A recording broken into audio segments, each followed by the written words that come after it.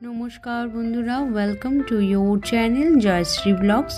আর আজকে একটা নতুন রেসিপি অর্থাৎ মিক্স ভেজ পিকল নিয়ে চলে এসেছি তোমাদের সঙ্গে গল্প করব বলে। তাহলে মিক্স ভেজ পিকল কিংবা মিক্স সবজির আচার তৈরি করতে কী কী লাগবে তা আসুন জেনে নিই।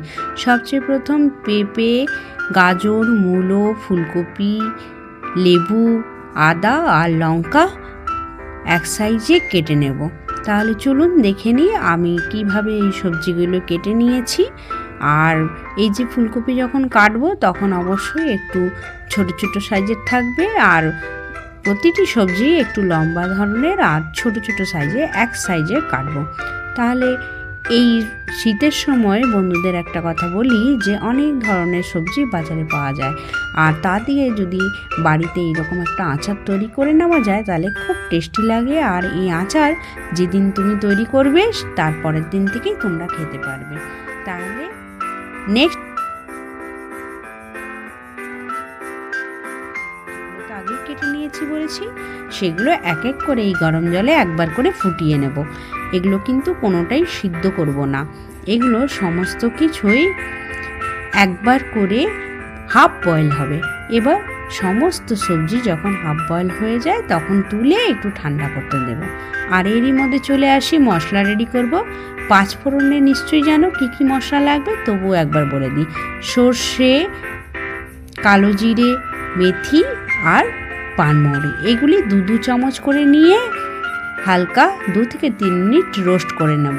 আর তারপরে এগুলি মিক্সি গ্রাইন্ডারে দিয়ে পিষে নেব। অবশ্যই এই পেষবার সময় ধ্যান থাকে যেন এটি পুরো মিহি হয়ে পেষা না হয়। এটা কেমন হবে, একটু দানা থাকবে। আর এরপরে কড়াই প্রায় 250 গ্রাম মতন তেল দিয়ে দিলাম, অবশ্যই সর্ষের তেল। আর তার মধ্যে 2 থেকে 3 চামচ হিং দিয়ে দেবো, চামচ অবশ্য টিস্পুন, ঠিক আছে বন্ধুরা। আর এটা কিন্তু সুষুম গরম করব, একদম কড়া গরম করব না। এরপরে ওই যে ঠান্ডা করে রাখা হাফ বয়েল সবজিগুলো একটা পাত্রের মধ্যে নিয়ে নিলাম, আর তার মধ্যে কুচিয়ে রাখা আদা, কুচিয়ে রাখা গ্রিন চিলি অর্থাৎ সবুজ লঙ্কা, এগুলো নিয়ে নিলাম। আর এরপরে আসবে নতুন মজায়, আর এটা ছেড়ে কখনোই আচার কমপ্লিট হয় না। সেটা হলো কি, লাল লঙ্কার গুঁড়ো প্রায় 1 থেকে 1.5 চামচ। তোমরা যদি আরেকটু ঝাল খেতে চাও তাহলে আরেকটু দিতে পারো। তারপরে নেক্সট হচ্ছে 2 চামচ মতন হলুদ গুঁড়ো দেব, আর পরিমাণ মতন লবণ। আচার তৈরি করার সময় একটু লবণের ব্যবহার বেশি পরিমাণেই করা হয় যাতে আচার নষ্ট না হয়ে যায়। তাহলে তবুও আমি বন্ধুদের একটা কথা বলি, নিজেদের টেস্ট অ্যাকর্ডিং লবণ ব্যবহার করবে, ঠিক আছে।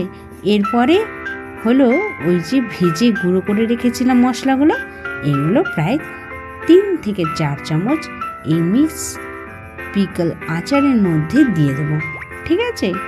আর এরপরে হচ্ছে সুষুম গরম করে রাখা তেল, কি সঙ্গে ছিল না 2 থেকে 3 চামচ হিং। তো ওই মিশ্রণটি এক এক করে ঢেলে দেব এই আচারের মধ্যে। আর এই রেসিপি যখন তৈরি হয়ে যাবে না, সেই গন্ধেই তোমার ভাত খাওয়া হয়ে যাবে। এটি ভাতের সঙ্গে, রুটির সঙ্গে কিংবা পরোটা, যে কোনো সময় এই আচার তুমি খেতে পারো।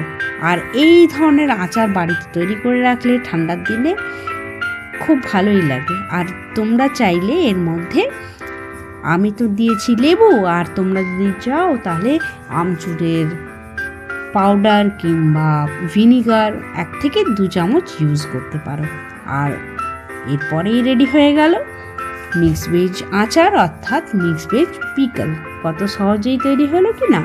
তাহলে এই আচারের রেসিপি তোমাদের কেমন লাগলো সেটা আমাকে কমেন্ট করে অবশ্যই জানাবে। আর বন্ধুদের আরেকটা কথা বলি, আমার চ্যানেলকে সাবস্ক্রাইব এবং লাইক করতে ভুলবে না। তাহলে বন্ধুদের আজকে এই নতুন রেসিপির যে প্রসেস সেটা কেমন লেগেছে আমাকে কমেন্ট বক্সে কমেন্ট জানাবে, আর তার সঙ্গে লাইক এবং সাবস্ক্রাইব অবশ্যই দেবে। তাহলে আজকের মতন এত দূর, কি ভালো লাগলো তো? ঠিক আছে, বাই বাই। আজ তাহলে আসি।